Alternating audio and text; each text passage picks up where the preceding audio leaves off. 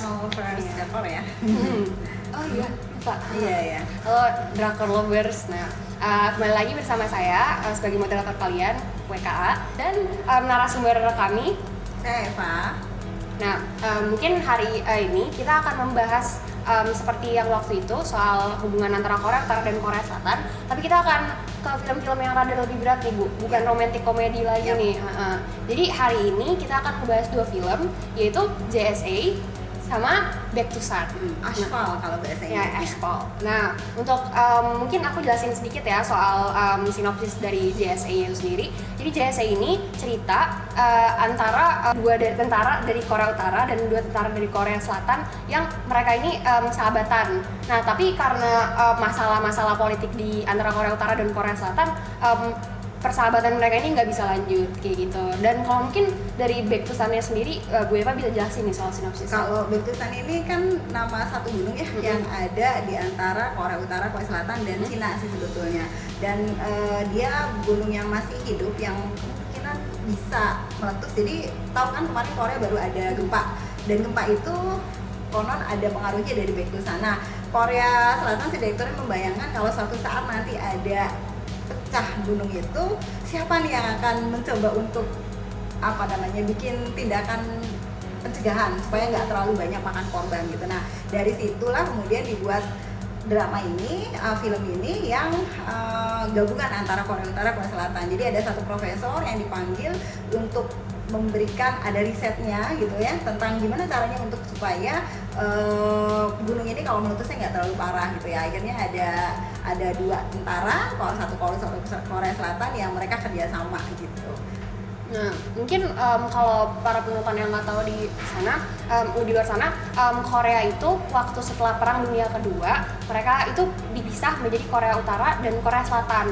Nah, di tengah-tengahnya yang membatasi kedua negara tersebut, pertama itu ada namanya 38 Parallel, dan kemudian diganti jadi DMZ waktu United Nations atau PBB ikut campur. Kenapa saya menjelaskan soal DMZ tadi? Soalnya di 2 film ini nanti kita akan kelihatan nih soal kayak masalah-masalah atau bagaimana sih cara jalan kayak kalau misalnya di perbatasan 2 negara tersebut kayak gitu. Nah, kalau ini Ibu udah pernah nonton filmnya dua-duanya? Ya iyalah. Iya. Ya sudah pasti. Nah, yang film ini sendiri yang JSA itu tuh kan filmnya lebih lama ya Bu dari Back to Sun. Filmnya yang keluar duluan itu JSA. Oh, kalau Back to Sun kan film yang baru-baru ini, jadi dia baru 2019 kemarin rilis. Jadi kalau kita bandingin antara 2 film ini, kita bisa ngeliat sih sebetulnya bagaimana pandangan Korea Selatan terhadap mungkin nggak sih 2 negara ini bersatu gitu. Kan itu pertanyaan dari banyak orang ya. Mungkin teman-teman juga penasaran nih, mereka bisa nggak sih nyatu pertanyaan itu. Kemudian kita bisa intip sih sebetulnya dari drama-drama yang kita lihat sekarang. Kayak yang minggu lalu yang sebelumnya kita bisa bahas soal Crash Landing on You, itu kan ujungnya sebetulnya damai sih di antara 2 orang ini, tapi bukan di negaranya sendiri, tapi mereka pakai orang atau pihak ketiga Swiss. Nah, uniknya di dalam film JSA yang udah ada dari tahun 2010 ya, itu ada juga Swiss, tokoh yang dari Swiss yang mereka menjadi dianggap sebagai tokoh netral yang untuk memecahkan misteri di antara 2 negara ini sebetulnya bisa bersatu atau enggak.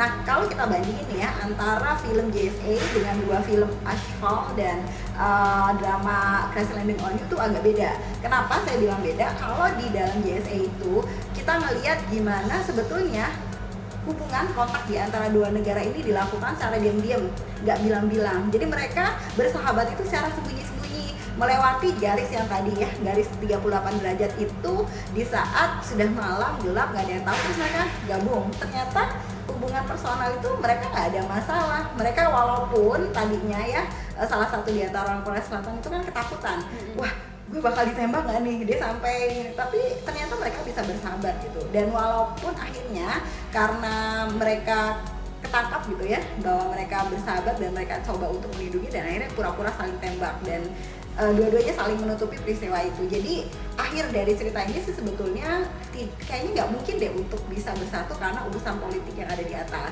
Tapi kalau di dua film yang belakangan ini saya melihat ada harapan untuk bisa bersatu meskipun tidak dari mereka sendiri, mereka harus melibatkan pihak ketiga yang netral seperti Swiss.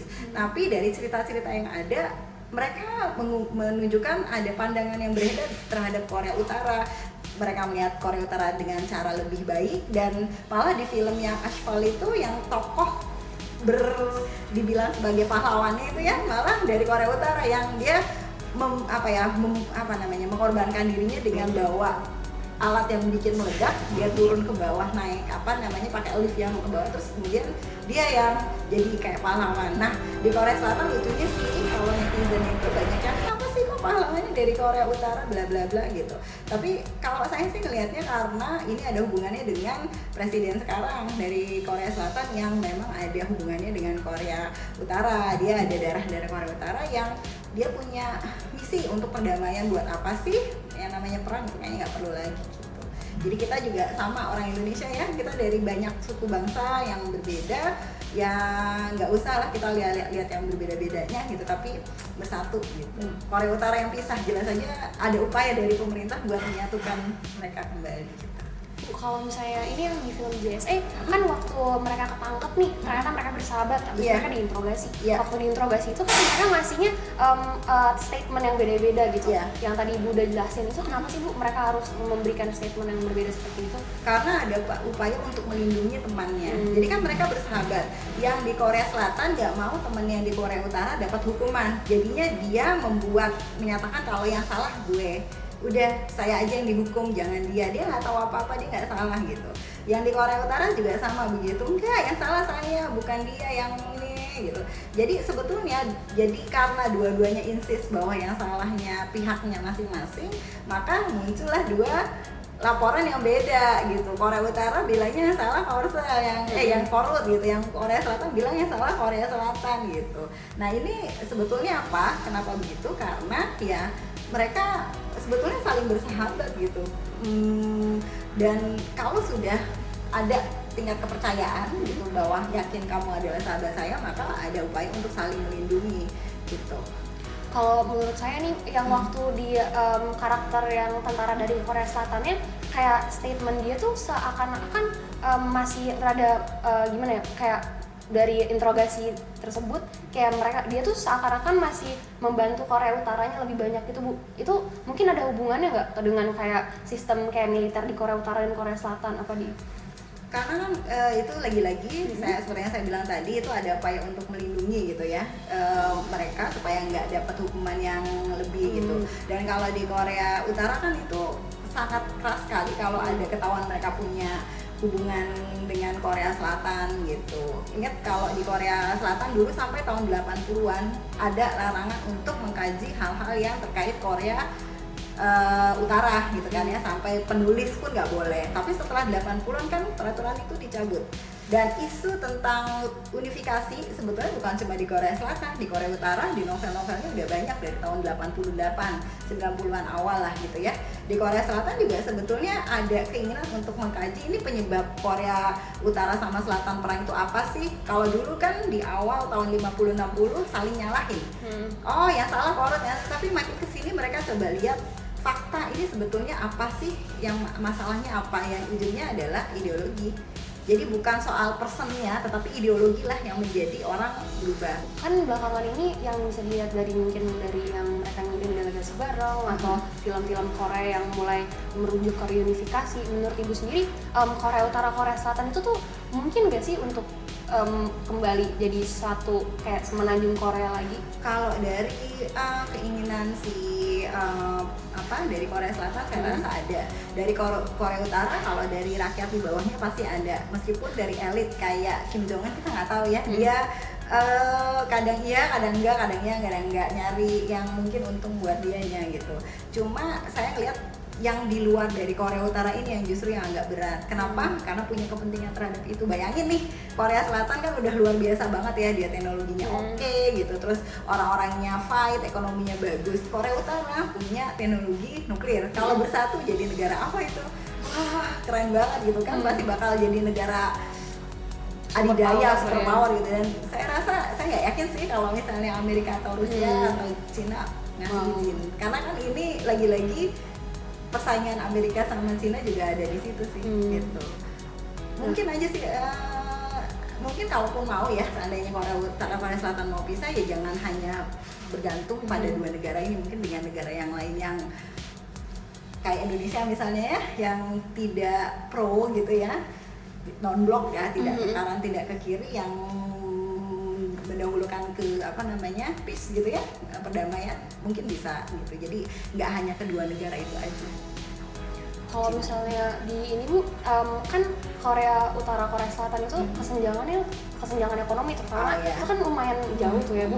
Kayak kita bisa lihat di beberapa adegan waktu misalnya di JSA yang misal dia ngebawa beberapa makanan dari Korea Selatan ke perbatasan Korea Utara dan dia kasih lihat, dan kayak ngebawa peralatan gambar, dan mereka kan lumayan takjub gitu ngelihat barang-barang di Korea Selatan. Kalau mungkin kita contoh nih negara-negara lain yang pernah reunifikasi kayak Jerman, waktu itu Jerman Timur dan Jerman Barat itu sendiri kan mereka kan waktu itu kan lumayan lama Bu, waktu itu kolapsnya udah lama. Tapi kesenjangan ekonomi mereka emang tinggi. Tapi kalau misalnya dari artikel-artikel yang saya baca tuh nggak setinggi kesenjangan ekonomi Korea Utara sama Korea Selatan.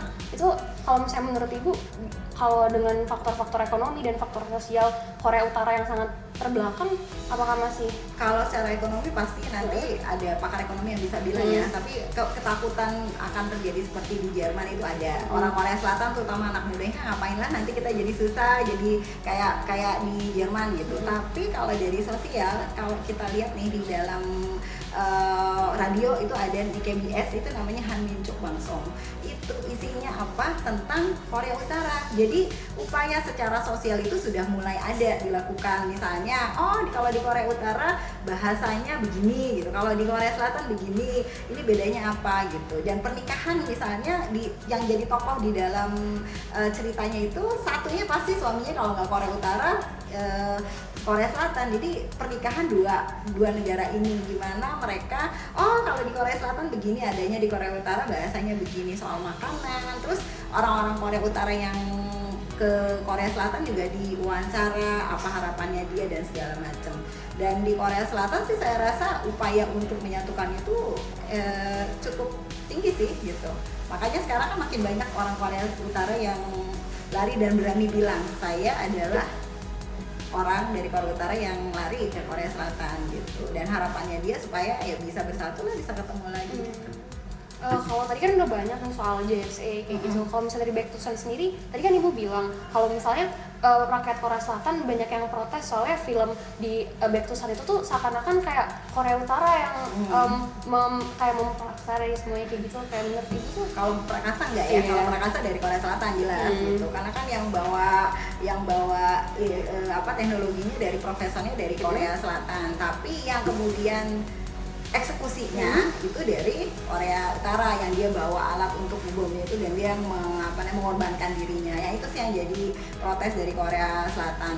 Kita coba pahami aja, karena kan filmnya itu film Korea Selatan yang jadi hero-nya gitu malah jadi Korea Utara. Tapi kalau kita nih orang luar yang ngeliat ya itu agak lebay juga sih ya. Nggak apa-apa, toh ini justru untuk nunjukin bahwa ya mereka bisa kerjasama, saling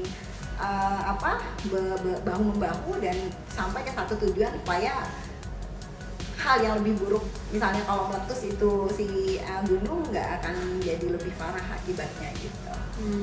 Kalau misalnya menurut Ibu yang menggambarkan kondisi Korea Utara dan Korea Selatan yang lumayan dekat nih sekarang kondisinya, itu yang mana? Baek Tusan atau JSA? Kalau film sih, kalau itu ya pasti yang paling dekatnya itu bukan Crash Landing on You gitu. Gitu. Mungkin kalau misalnya itu tadi dari yang udah diomongin Bu Eva, mungkin kalau misalnya kalian yang kayak penasaran soal hubungan Korea Utara Korea Selatan, kalau dari pandangan kami menurut film itu seperti itu. Mungkin bisa beda. Tapi jangan lupa komen aja sih nanti di bawah kalau menurut kalian gimana. Boleh nggak setuju silakan, kalau saya nggak setuju silakan komen, dan jangan lupa jempolnya dimainkan untuk like kita gitu. Mungkin itu aja dari kita hari ini. Bye bye. Bye.